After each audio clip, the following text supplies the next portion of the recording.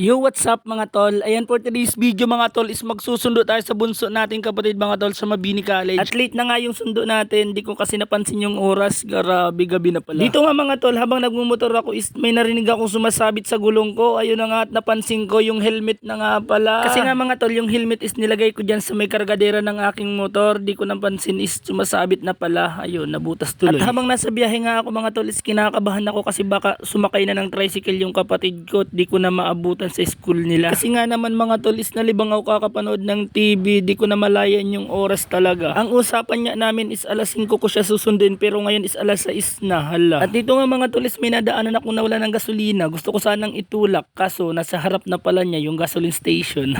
Nasa harapan na nga pala ako ng Kapitolyo at ng Freedom Park kaso inabot ko tong napakahabang traffic kaya ayan, umubertik ako sa mga sasakyan. Syempre shoutout na rin sa lahat ng mga estudyanteng pauwi pa lang, mag-ingat po kayong lahat. At syempre sa mga tricycle driver, ayan, wag po tayong maniningil ng mahal kasi may nag-PM sa akin, content ko daw kayo. Kasi nga naman daw, Jollibee to welcome diet daw is binayad niya 50, sinuklan lang ng 10. Hala, bakit 40 yung bayad? Ang alam ko 30 lang. Tama ba? Comment nyo nga kung mali ako. At ayan nga mga ma'am, mga sir, sa kahabaan ng traffic na dinaanan natin is nasa tapat na tayo ng Mabini College. Syempre shoutout sa food court dito sa tapat ng Mabini College, nabalitaan ko masarap daw yung pagkain dyan. At ito nga mga ma'am, mga sir, nang papasok na ako sa may high school department, nakita ko yung kadami-daming mga estudyanteng naglalabasan pa lang at nagulat nga ako. Kasi nga ang buong akala ko si Bunso na lang yung nag-iisang nag-aantay sa akin dun. Kasi nga naman, tignan nyo yung langit, sobrang dilim mga ma'am, mga sir. Kaya akalain mo talaga na ikaw na lang yung late na magsundo sa iyong kapatid. At dito nga naisip ko na baka dala to ng bagyong Pipito PH mga tol, kaya ganito yung tema ng panahon natin. At yun nga mga ma'am, mga sir, please maging ready po tayo sa pwedeng mangyari sa bagyong Pipitong to. At ayan nga mga ma'am, mga sir, andito na yung pinakamaganda kong kapatid, Charis, baka may magtampo na naman. At kung umabot nga kayo sa bidyong to, please pa-follow, pa-like, pa-share na din po para lagi kayong updated sa mga bagong upload ko. Salamat!